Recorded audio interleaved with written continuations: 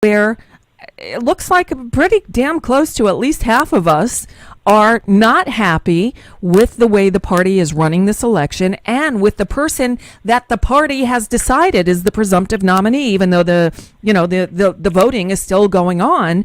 And her tactics, her campaign's tactics, the way they are talking down to those of us who still support her opponent is becoming a non-starter. When they talk about we're going to unify the party afterwards, but with every breath, every subsequent breath, they go on to smear and otherwise demean Sanders and his supporters. They're making the divide even larger, and they're setting this convention up to be a huge battle. Huge battle. Yeah, I'm a little worried, to say the least. I'm preaching peace a lot, as you know. I'm not winning that. I certainly am not winning any of it in the camp of the Clinton camp because I don't have any influence there. Right. And so, while I say things, I don't allude I don't have any illusions about my influence. Right. No, I hear you. But, Joel, here's me, right? And I can be fiery and speak first, think later. I admit my faults. But on this one, all along, I was saying, I'm all in for Bernie. If at the end I will vote against whoever the Republicans put up because I have to. Now it's even more urgent because the Republicans are putting up Donald Trump. But with each passing day, Hillary Clinton or one of her attack surrogates or the Democratic Party, as they did this weekend, does something to completely alienate me and others who feel as I do. With each passing day, it becomes harder and harder for me to ever consider filling in the little bubble next to her name.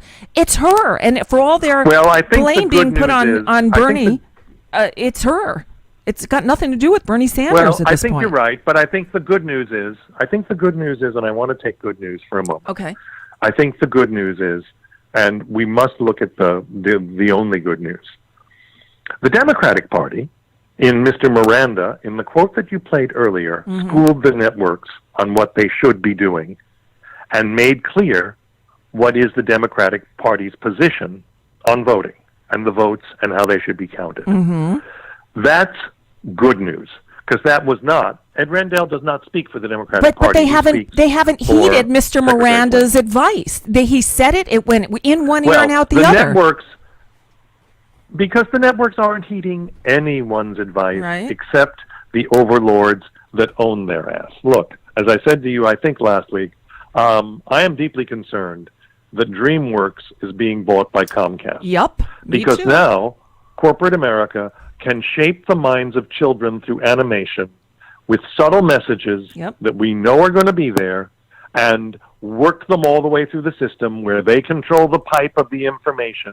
I mean, this is becoming my little nightmare of what the worst kind of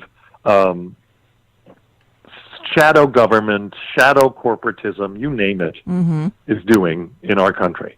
And the fact that we are not breaking them up with Sherman antitrust suits right now, as they did movie theaters and ownership of movie theaters and movie studios years ago, my God, that's child's play compared to these people who own television, radio, newspapers, cable, the pipeline, and now the animators and content Exactly. creators. So then, Joel Silberman, let me ask you this. The Democrats are embracing this. Look, Hillary Clinton, the Dreamworks, Katzenberg and Spielberg and Geffen, they're some of her biggest supporters. She is in bed with the same people who are behind media consolidation, the disenfranchising of democratic voices and democratic people. I'm looking at a Democratic Party headed by Hillary Clinton continuing in this direction that we've been going, which is not where I want to be. To me, it's looking an awful lot like the Republican Party, and frankly, I want no part of either one of them. This is where this Clinton campaign is taking us, to the point where, and now she's doing all this outreach to disenfranchise Republicans, where I think she's going to say, all right, you Sanders supporters, you don't want to be with me? Fine, I'll get the victory with these Republicans and their money. And so basically, the Republican Party goes all the way to the right. The Democratic Party under Clinton is to the right where she is, and the rest of us are left to find our own way. That's what I fear. more and more, she is moving further to the right, not to the left. She's saying, I don't like the demands you Bernie people are placing on me, so screw you. I'll win with Republican support. Well, I think that more than anything else, I will not get discouraged. I hear what you're saying, and it is a very, very true scenario.